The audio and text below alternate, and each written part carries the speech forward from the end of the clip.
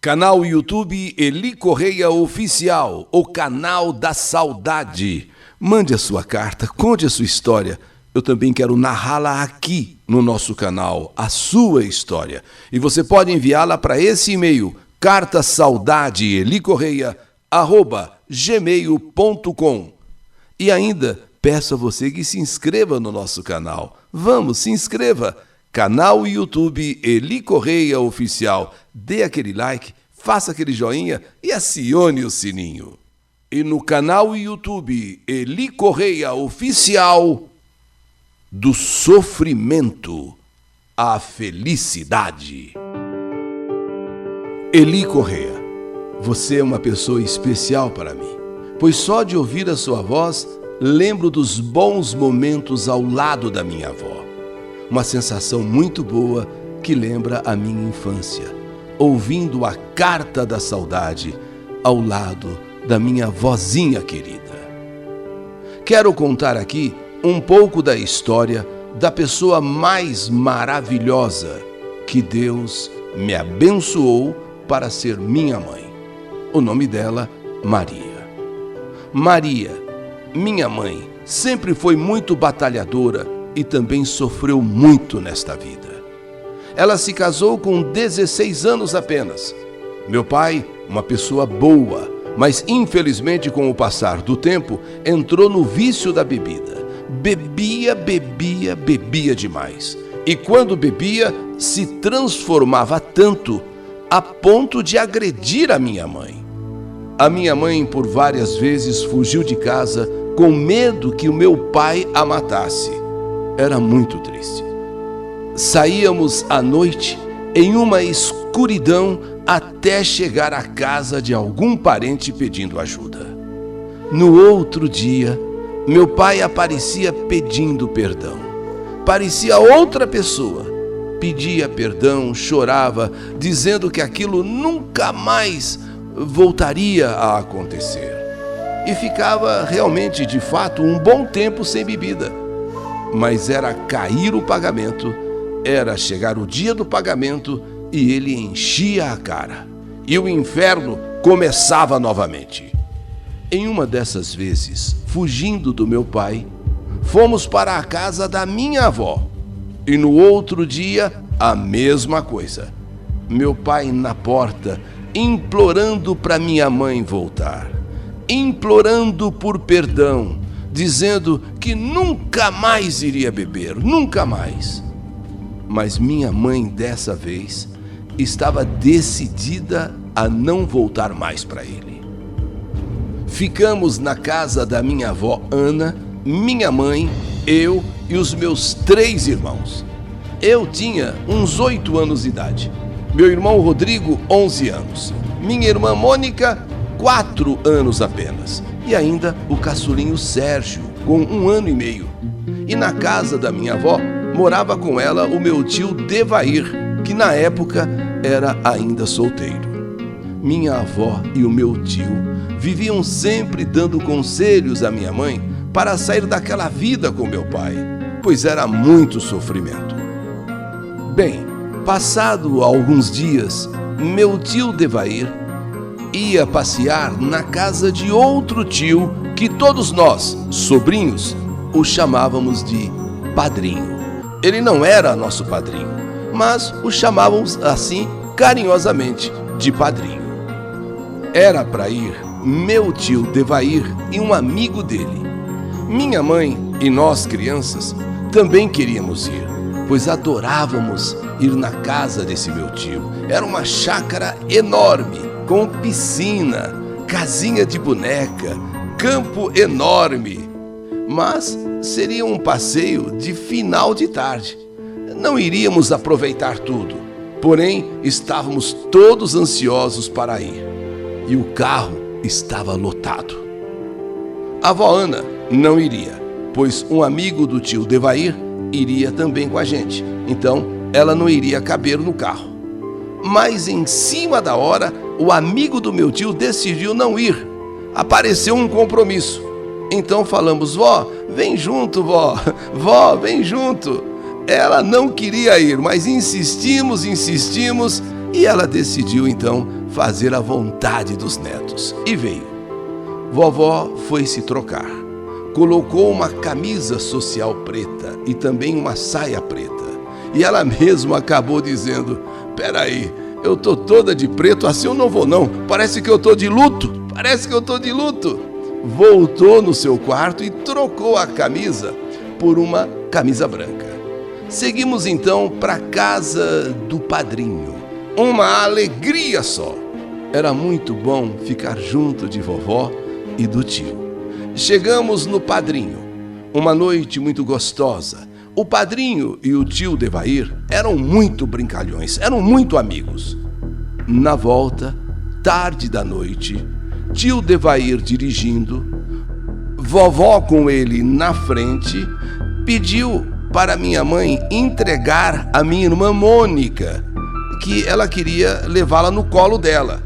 Naquela época, não era exigência criança ir na cadeirinha, não era lei ainda.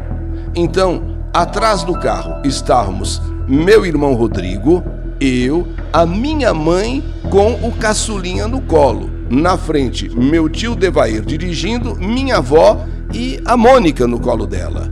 Carro lotado. Nós, crianças, voltamos dormindo. No caminho, quase chegando em casa, um acidente horrível. O carro capotou 3 vezes.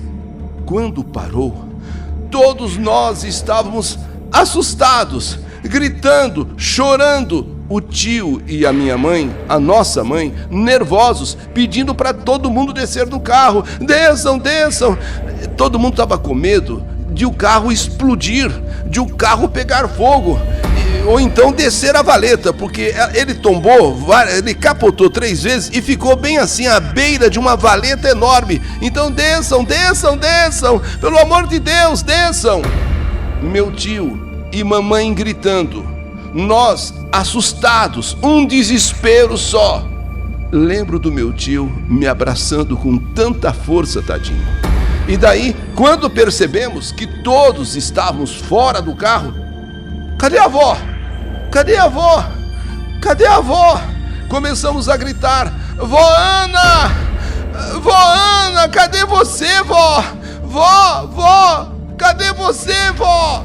Quando olhamos no carro, ela estava embaixo dos bancos, desacordada. Um desespero, olha a avó ali, pelo amor de Deus, olha a avó. Naquele tempo não tinha telefone celular e como já era tarde, a pista estava vazia. Mas, de repente, avistamos uma luz vindo. Então minha mãe tomou todos nós pela mão no momento de desespero, entrou na pista, acenando, pedindo para o carro parar, sabe aquele desespero? E o carro parou. Era uma caminhonete lotada, um pessoal voltando do baile. Então, foi aquela correria. Uma parte das pessoas tentando nos acalmar e outra parte ajudando meu tio a retirar a minha avó ali debaixo do carro. E logo surgiu outra luz. E esse outro carro parou. O motorista não abriu a boca. O motorista não falou um A. Impressionante. Esse segundo carro parou, o motorista desceu, não falou um A, não disse uma palavra, abriu o porta-malas e vimos que esse carro não tinha banco, era uma Brasília, aquela antiga Brasília que carregava, acredito eu, flores. Ou, sei lá, apareceu enviado por Deus para levar a minha avó Ana até o hospital. Fomos todos para a Santa Casa de Atibaia, onde já levaram a minha avó para ser examinada. Assim que aquela Brasília, que aquele homem que não falou um A, não falou uma palavra, ele só ajudou que a minha avó colocasse, era um carro coincidentemente sem bancos, era um carro que ele usava para carregar flores, não tinha flores, estava vazio, então deu para colocar a vovó ali, né, naquela Brasília sem bancos. Ele leva para o hospital, imediatamente ela dá a entrada para ser examinada. Enquanto isso, as enfermeiras vieram nos olhar, vieram ver se nós estávamos machucados, se nós estávamos feridos ou não. Meu tio padrinho, nessas alturas, já tinha sido avisado e já estava no hospital também. De repente, quando a enfermeira foi retirar a blusinha da minha irmã Mônica, que com o carro capotando, ela foi quase que expelida do colo de vovó. Ela foi expelida do carro, só ficou a vovó ali debaixo. Então a Mônica, quando foi retirar a blusinha da minha irmã Mônica, de 4 anos, para ver se ela tinha se machucado ou não, Mônica começou a gritar e a chorar muito. Foi quando percebemos que ela tinha um enorme corte na cabeça e estava toda sujinha de sangue. Mas achamos que o sangue que estava na roupa dela era o sangue de vovó. Porém, não era. Era um ferimento que ela sofreu realmente na cabeça. Enquanto isso, lá dentro do hospital, lá no fundo, para onde levaram minha vovó, eu escutei os gritos do meu tio, do padrinho. Minha mãe não! Minha mãe não! Minha mãe não! Não, não! Minha avó teve traumatismo craniano e faleceu com apenas 49 anos de idade. E quando foi constatada a sua morte, quando foi comunicado ao meu tio o seu óbito, o seu falecimento, meu tio se desesperou. Não, não, minha mãe não, minha mãe não, não, não, não. E, ao mesmo tempo, os médicos e enfermeiros correndo com a minha irmã Mônica, chamando a ambulância para levá-la até o USF, em Bragança Paulista, para ir direto fazer cirurgia na UTI. Minha irmã Mônica estava, na verdade, entre a vida e a morte. Aquele sangue que vimos nela, que pensávamos que fosse de vovó, não era, era dela. E um ferimento muito sério. Então, de Atibaia, acionaram a ambulância para levá-la ao USF, em Bragança Paulista, direto para a cirurgia. E minha mãe havia acabado de perder a mãe e estava quase perdendo a filha. No outro dia, meu pai, que não bebeu nesse dia, foi ficar com a minha irmã no hospital lá em Bragança, para minha mãe poder se despedir da minha avó. Ela ficou cerca de 1 hora mais ou menos no velório e voltou para ficar com a minha irmã em Bragança. Tadinha da minha mãe, tadinha da minha mãe. Quanto sofrimento, meu Deus. Só Deus sabe o que ela passou. Bem, graças a Deus, a minha irmã, ela ficou bem. Ela passou muito mal, esteve quase à beira da morte, mas ela conseguiu sobreviver, se recuperou. Acredito que, vendo o sofrimento da minha mãe, meu pai se sensibilizou a tal ponto que pediu para ser internado. Sim, o meu pai procurou ajuda médica, porque ele queria parar definitivamente de beber. O sofrimento de mamãe o tocou, mexeu com ele, tanto que ele pediu que ele queria ser internado para parar de beber. E assim foi feito. Ele foi internado, minha mãe voltou com o meu pai mais uma vez, mais uma tentativa, depois de tudo que ela sofreu, que ela passou.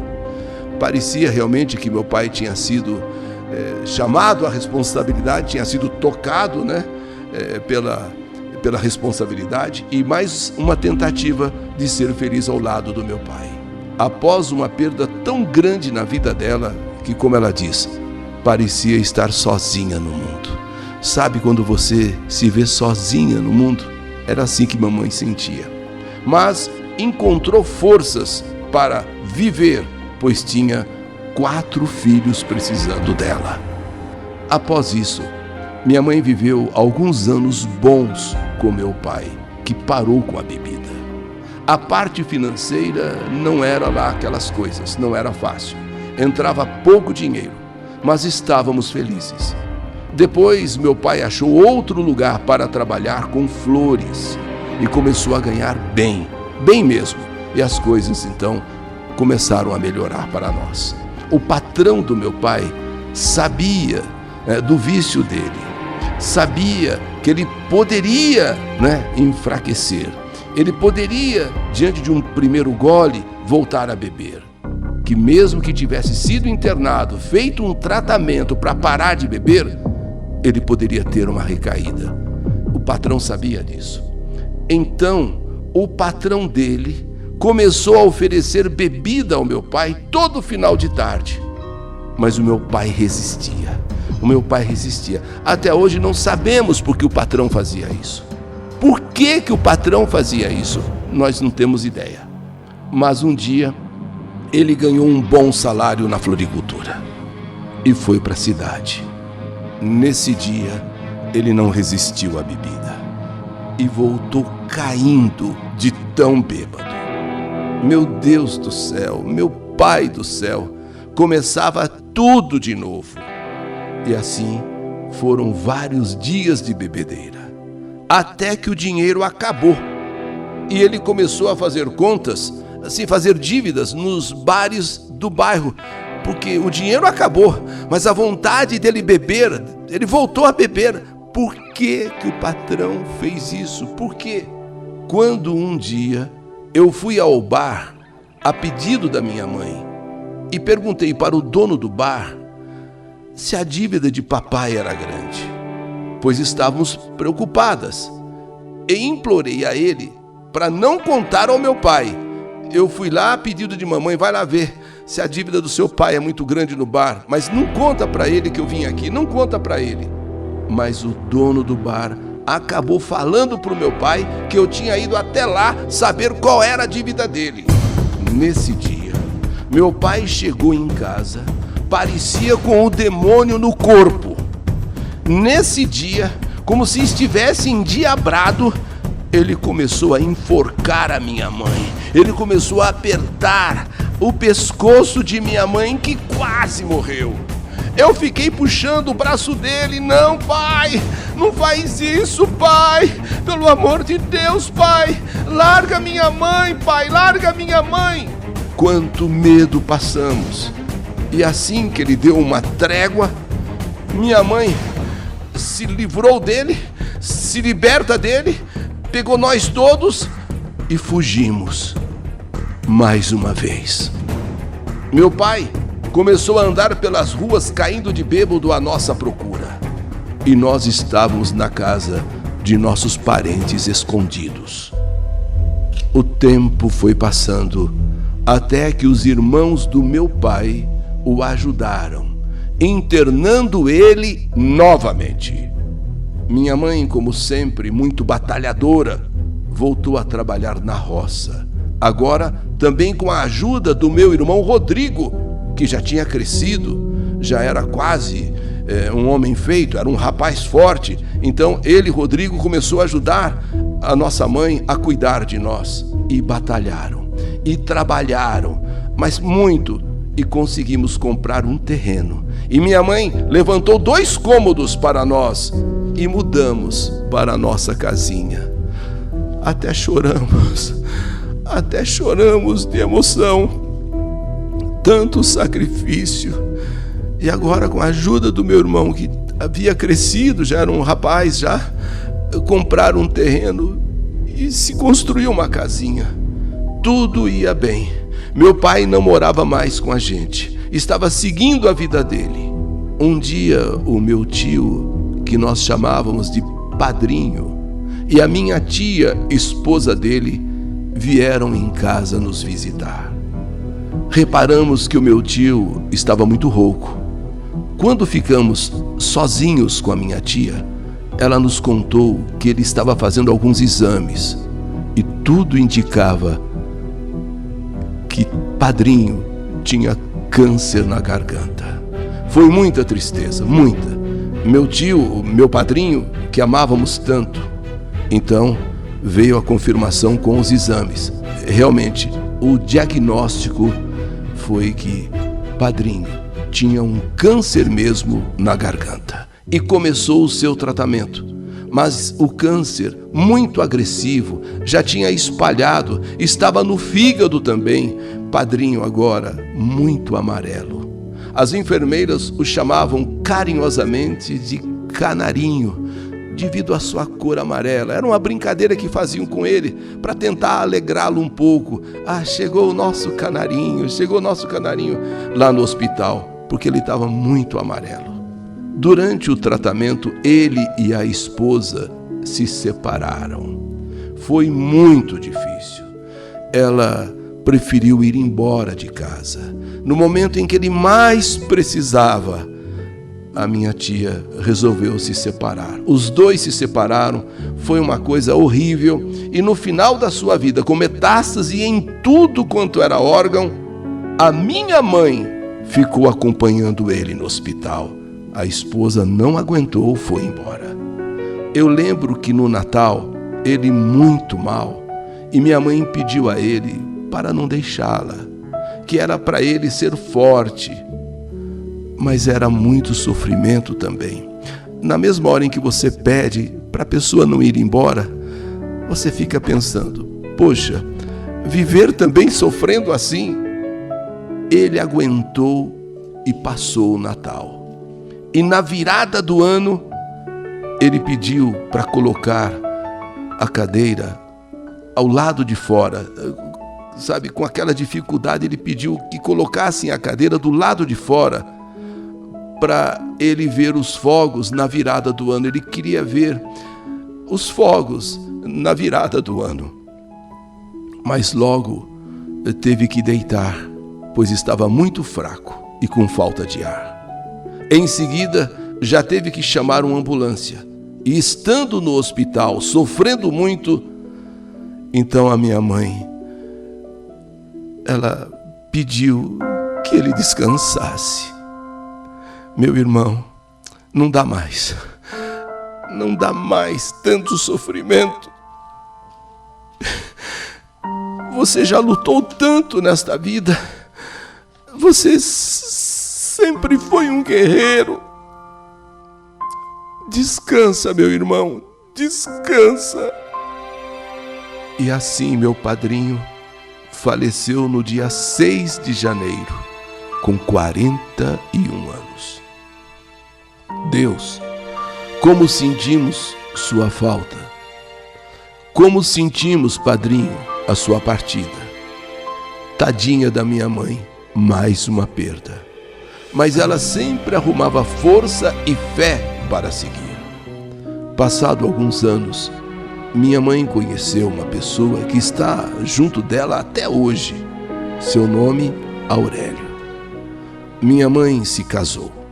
E esse sim, sempre cuidando e ajudando mamãe.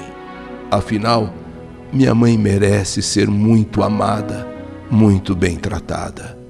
Todos os filhos hoje estão casados. Só gostaria de agradecer a Deus pela mãe maravilhosa que Ele me deu.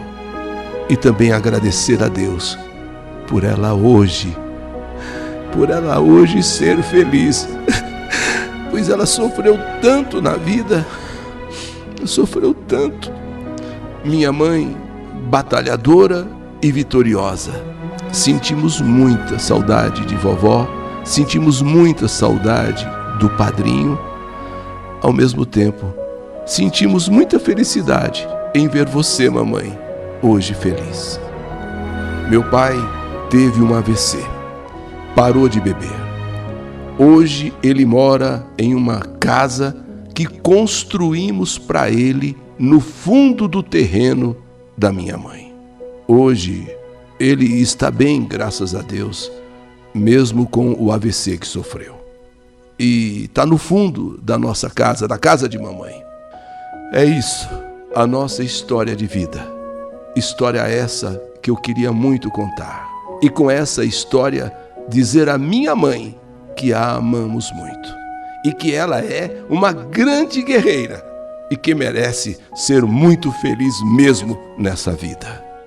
Mamãe Maria, você sempre foi o nosso alicerce.